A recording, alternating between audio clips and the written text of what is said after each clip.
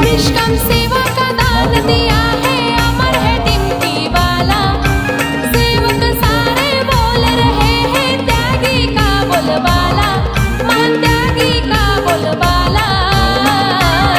मेरे बाबा ने, जुमदेव बाबा ने, मेरे बाबा ने फैला दिया मानव धर्म का उजाला। मेरे बाबा ने फैला दिया मानव धर्म का उजाला। जुमदेव बाबा ने फैला दिया मानव धर्म का उजाला।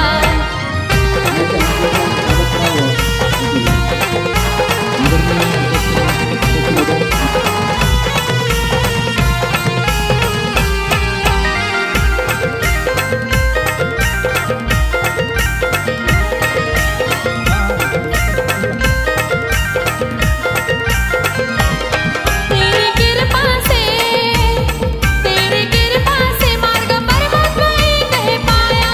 ज्ञान जीवन का तीन शब्दों ने बतलाया।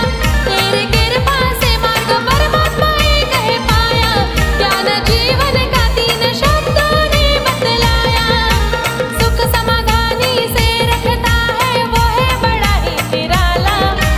सुख समाधानी से रखता है वो है बड़ा ही निराला।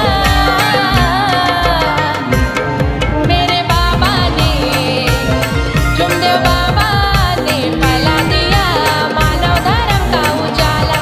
मेरे बाबा ने फैला दिया मानव धर्म का उजाला। हाँ, मानव धर्म का उजाला।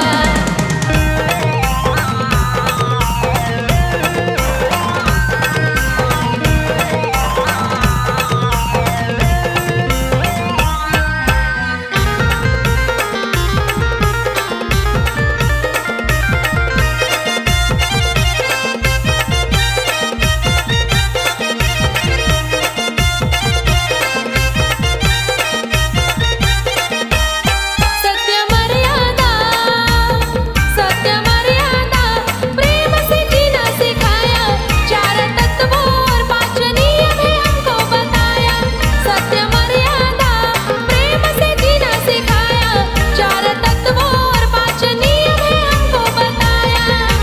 बाबा हनुमान जी खोलेंगे सबकी किस्मत का ये ताला।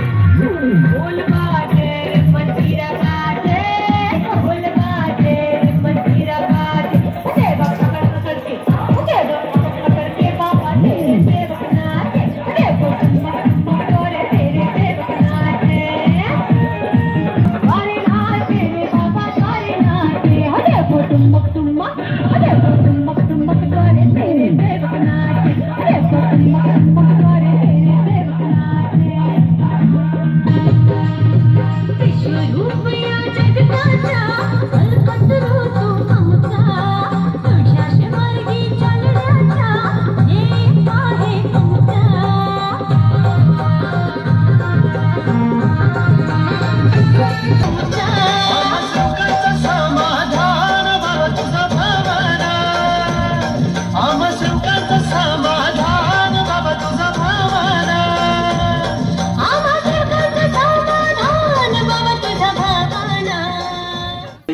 नृत्य केलं आणि आदरणीय मंचातर्फे काही देणगी मिळालेली आहे म्हणून काय नाव आहे तुमचं?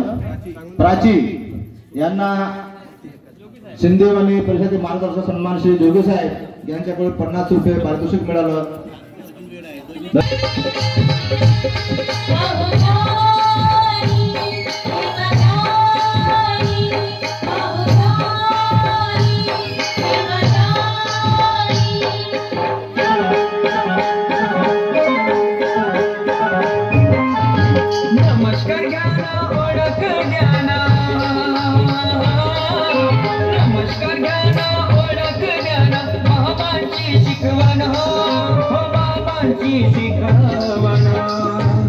ठेवा ध्यानी मार्ग परमात्मा एक नंबर हा आमचा परमात्मा एक नंबर.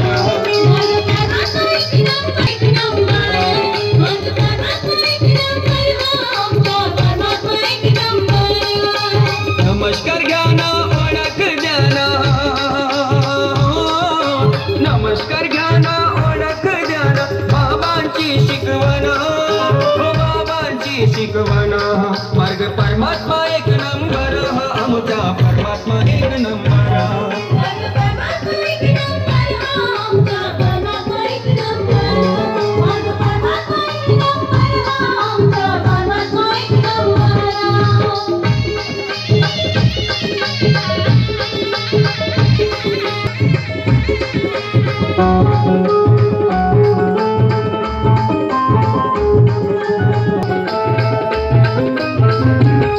आहे शंकरची शान जणू जीवा की प्राण, मानव धर्माची ओळख हे सन्मान.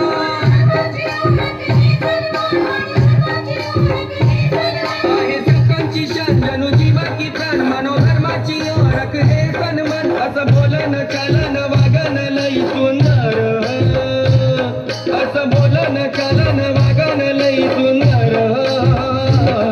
तेव्हा ध्यानी मार्ग परमात्मा एक नंबर हा आमचा परमात्मा एक नंबर.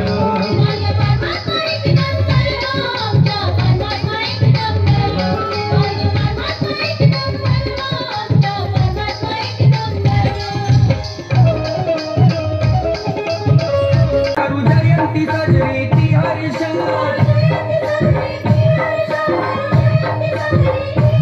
करू वाच्या गजात बाबांच्या भावनात, करू जयंती साजरी ती हर्षात. आज गाडीत माडीत गोडीत सेवक वर, आज गाडीत माडीत गोडीत सेवक.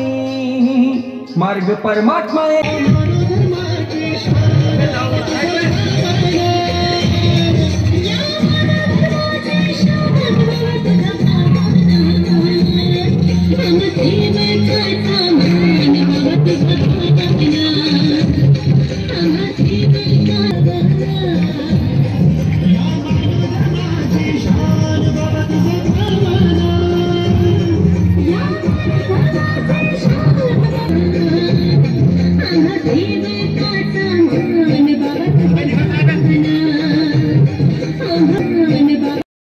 आहे की आम्हाला व्यसन कोणतंच नव्हतं आणि आम्ही भूतबाध्याने खूप त्रस्त होतो. आम्ही व्यसन असं अजिबात केलेलं नाही. आमच्या वडिलाला बी दारूचा शौक नाही आणि आम्हालाही नाही, दोघाही भावाला.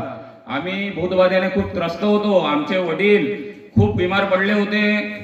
2014 मध्ये तेच परिस्थिती होती. त्यावेळेस बी मार्गात या म्हणे आम्हाला आमचे काकू कविताबाई तिवाळे. आम्ही त्यांचं ऐकलं नाही आणि 2016 मध्ये माझं लग्न झालं. त्यानंतर 2016 मध्ये लग्न झालं त्यानंतर सप्टेंबर महिन्यामध्ये माझे वडील खूप बिमार पडले आणि आम्ही दवाखाना वगैरे भरपूर काही केलं, बाहेरचं पाहिलं, पण आराम कुठेच मिळत नव्हता. आणि त्यांची तब्येत खराब होती तर ते घरी होते आणि त्यावेळेस माझी पण तब्येत खराब झाली आणि मी तब्येत खराब असताना मी घरी होतो. घरी असताना मी माझ्या वडिलांकडे पाहत होतो की ते रात्रभर झोपत नव्हते आणि दिवसानी झोपत नव्हते. जेवण त्याचं फक्त अर्धी पोळी होती. मी हा प्रकार 4-5 दिवस पाहिला. 4-5 दिवस मी तब्येतीनं झोपून असल्याने माझा भाऊ वावरामध्ये बैल गाय वगैरे सर्व घेऊन गेला होता.